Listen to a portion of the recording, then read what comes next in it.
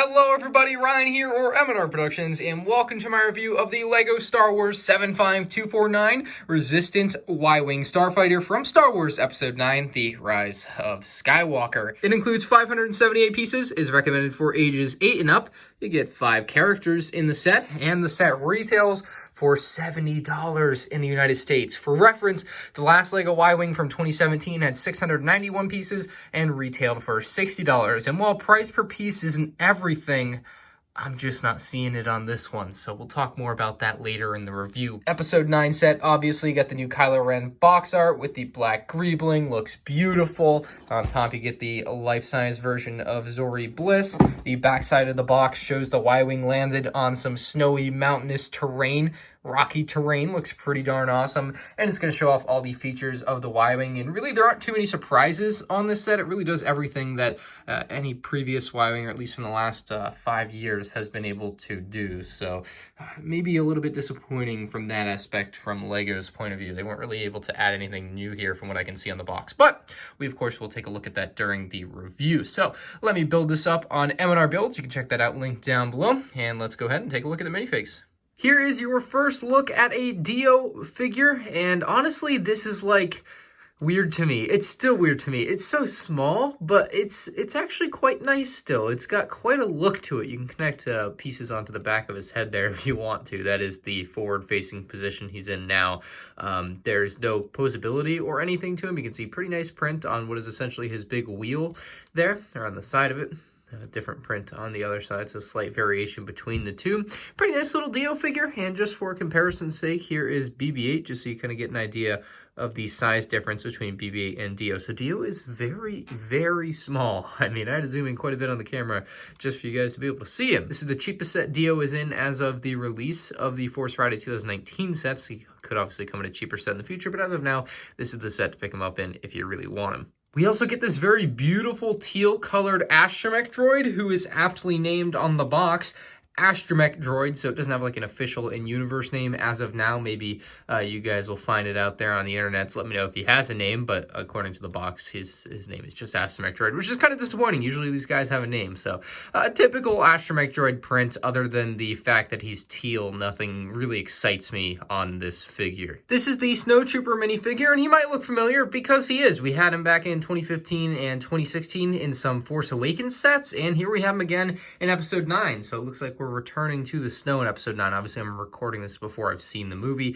He comes with a regular blaster and is actually wearing a long white cape, which has the old cape material, not the new softer material. This is the harder, more brittle material. Brittle is probably not the right word, but just a bit stronger, not as malleable. You can see this is an earlier version of the Snowtrooper from 2015. And as far as I can really tell, there are no changes. I mean, maybe there's a small line change somewhere in there, but my eye did not catch it. Let me know in the comment section below if you see one, but as far as I can tell, these Snowtroopers are exactly the same. They haven't changed anything except getting rid of the backpack and just giving him a cape and a regular old angry clone face. So there you go, Snowtrooper. Here we have Poe Dameron, who is, I think, the same version of Poe Dameron that we're going to see in Pisana, or on Pisana, that we see in the trailer. I think this is pretty much spot on with that. He's got like a satchel that he's wearing. Very cool, like orangish colored satchel. He also has like a scarf on. He's got a white long sleeve shirt on, which I think looks really good here. His leg print is amazing. Flipping him around back, you'll see he has kind of like the backside of a hood, or maybe that's the rest of the scarf thing that we see around front. And if we remove his hairpiece, you'll see that he does have a second face expression, which is a little bit more war ready, a little angry looking versus the front happy side of his face. So good old Poe Dameron figure in this set really adds to it. Really like the Poe Dameron figure. Not gonna, like, this is a great figure. I think people are gonna like this guy. And the final minifigure in this set is Zorri Bliss, who is a new character for Episode 9, I believe. Unfortunately, I'm sure you guys want to know, there is no face underneath the helmet. It's just black, so we have no idea who this actually is, or maybe it's just Zorri Bliss and that's who it is. I don't know. I don't follow all the leaks for Episode 9. It does seem to be a female character. You can see LEGO has indented like the torso there, which is something they only do on female characters. So that's just to be noted there. And maybe it's known this is a female character, but it's just something that LEGO does on female characters, which makes it obvious that this is. The helmet is a brand new piece, obviously, and it is incredible. It's dual molded. It's got a black visor on the front. You can also see like black lines running there for the mouth to breathe, I suppose. Just an amazing helmet piece. And if we take it off here, we can get a good shot of the inside there. Yeah, beautiful stuff there by LEGO. I mean, I haven't seen the movie version of this character, so I don't know how accurate it looks to the movie. But, I mean, if this is spot on, I would not be surprised at all. This does seem really nice. She does come with two, like, flintlock pistol blasters that are from, like, LEGO Pirates, which always look out of place in Star Wars. Like, you can't, I don't know, like, those just look out of place to me. But if that's the biggest issue with this figure, then I think it's doing pretty well. So, great figure with Zorri Bliss. Let's go ahead and take a look at the Y-Wing itself. And there is the entire Y-Wing itself in view. It's actually a very pretty looking ship. I didn't think it was going to look this good just from looking at the box art when I had it in hand. And honestly, like in hand, actually built, it looks a lot better than the box art gives it justice for. Just looking at it now in the lighting I have it in, it actually looks quite beautiful. The light gray, the white, and the red, and a little bit of dark gray, a little hint every once in a while on this set, really goes a long way. I actually think it looks better than I thought it was going to look, which is saying something for what is essentially just another rehash of a Y-Wing in a different color. I just, you know, that just kind of struck me there. But anyway, we have a newly printed windshield cockpit piece. So that is a new print on there. That's something we haven't seen before. Maybe that gets you excited. Maybe it doesn't. Kind of gets me excited, but, you know, it's nothing crazy. You can lift the cockpit up as you would normally expect to reveal a small control panel in there, which I believe is an old print. If not, it's just a slight variation of an old print. You'll also see the tiled floor down there because that's where your minifigure is going to sit. And according to the box art, Zorri Bliss is the pilot of this red Y-Wing, which is pretty awesome. This Resistance Y-Wing ready to go like that. Even a little bit of space back there for the back of her little helmet attachment thing. And we can close that up, and Zorri Bliss easily fits within the cockpit area, and like no problems at all, which is great. So another great part of the design around the cockpit at the head of the Y-Wing, at the front of the Y-Wing, we have these stickers that actually add a lot of, I guess, motion to the design. It just looks great when you have these red lines coming at an angle, and then they kind of get turned, and they just go straight from there on out. I don't know, the lines just look good, which is a weird thing to say. It sounds very simple, but it does add a lot to this set. I really probably should have put these on without the stickers first just to see what it looks like, but I always put my stickers on. Anyway, the front side has these small little guns right there. Boom, boom. You can just pretend they're shooting. They spin a little bit too much for me. I don't like when they spin like this, so that's just something of note. The underside of the front actually looks really good as well. They nicely closed it off, or tiled it off, I suppose, with white there. It's not really tiled off, but it just looks good, man. It just looks good. It's a very refined Y-Wing. That's important, and I'll talk about that a little bit more later. On the top back here, we have a little turret, so this can take down some First Order fighters. My problem with this is that it's too tight, so you can't turn it without this coming off. Like, this just pops right off, no problem, like, which is bad because you don't want it to pop off because it's supposed to be played with. And the only way to turn it without it popping off is to set it vertical, then spin it the way you want, and then put it back down. So you see my point? Like, this is a real negative. Like, this thing is a big pain in the butt for me. I even noticed it while I was building it. I was like, oh, that's weird. It's just, I don't know, it's just very tough to get to work the way I want to, and I'm not a fan of that. It keeps falling off, like I said.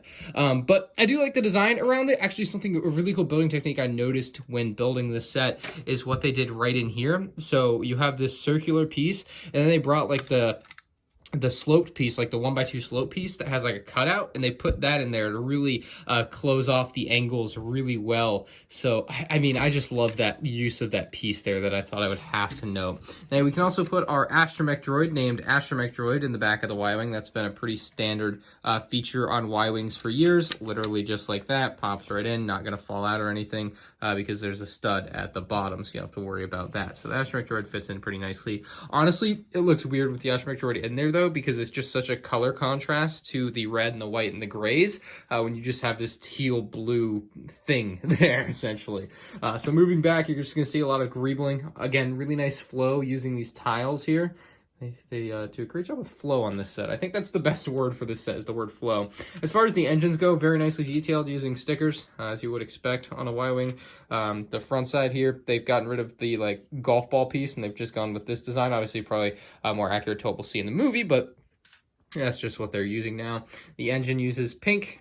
More pink on the back, and obviously it's going to be the same on the other side, very symmetrical symmetrical set here. So let's see our features as far as like shooting things. Those are the spring-loaded shooters, and you actually have, this fell out earlier, but the little bombs here, and there are 3 of them in there. And the spring-loaded shooters, you're going to shoot by pushing down on them very easily like that. You can see shoots out. We all know who spring-loaded shooters work, and there are 3 included in the set, 2 of which can be loaded in at a time. And if you lose one, you got an extra, so you don't have to sweat it. So let's talk about the bombing system. Now, this is actually the same system, even the same design for the bombs, and obviously you can't really change the 3-piece design too much. I don't blame them, but it is the same design, same system and everything for dropping the Y-Wing's bombs, because the Y-Wing ultimately is a bomber. So if you want to do that, you're going to spin this either to the left or the right, and then it's going to drop the bombs out of the bottom pretty easily.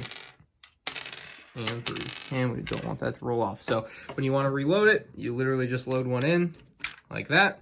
You're going to spin it out of the way, and then you can load another one in, and then you want to spin that about halfway out of the way. See, if you spin it too much, it'll fall out because it can only take 3 at a time. Oh, the other one fell off my tail. But you just place the other one on there. But the problem with that is it's loose, and then if you're playing with the ship and swooshing it, it can just fall out if it's not securely in there, which it can't be because you only have room for 2 in there at a time to be secured, which is unfortunate. Anyway, the landing gear on this set is pretty standard for a Y-Wing. They can fold up if you want to send your Y-Wing flying, just like that. And this Y-Wing actually has pretty good swooshability rating. I know people like that. I would say don't hold it by the engines. I think that's a general rule of thumb unless you're going to hold 2 hands. But one hand, it's going to put a lot of stress on those Technic pins. They're only attached by 2 Technic pins there. In fact, you can literally just pull it off really easily, and it will put it right back on just as easily. So pretty nice greeble design again. But yeah, swooshability, very important, I guess, on a set if you're going to play with it. Put the landing gear back down just as easily as we put it up.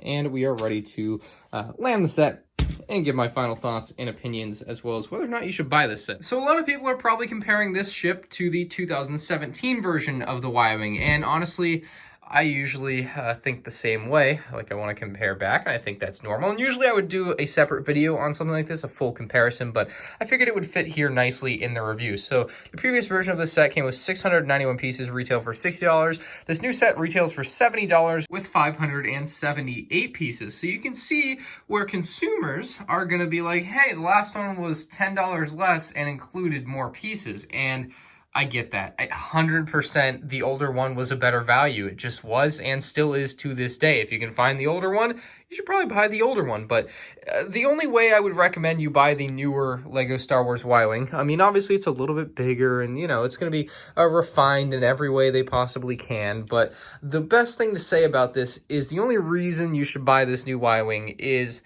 if you need the latest and greatest. And I totally get that. I'm like that a lot of the time. I need and want the latest and greatest. And that would be a reason to buy this. If you want it, it's something you want, and that's what you want to do, then go for it. Another reason to buy this, you don't own any other Y-Wing ever, and you want to get something fresh, something that's available now. Maybe you like episode 9. That's another good reason to buy it. Other than that, this one's not the greatest deal at $70. Dare I say overpriced? I think overpriced is the word for this set. I mean, I don't say that a lot about a lot of LEGO Star Wars sets. I'm usually pretty open to their pricing schemes, but this one just hurts the wallet. $70 for this thing just feels like it's too much. I mean, you hold it in the hand, you're just like, $70, man? Like, that was $70? So it's just one of those questions you gotta ask yourself. $70. I just think there's better options out there for that price. Like the UCS Porg. Like, you can just do better with your $70. So unless you really want this Y-Wing, and that's obviously up to you, depending on what you thought of the set throughout my review, showing you everything it has to offer. But yeah, let me know what you guys think about this one down in the comments section below. Subscribe to the channel if you're new here. You can check out all my other LEGO Star Wars Episode 9 set reviews on my YouTube channel. And I'll see you all in the next one. Peace out.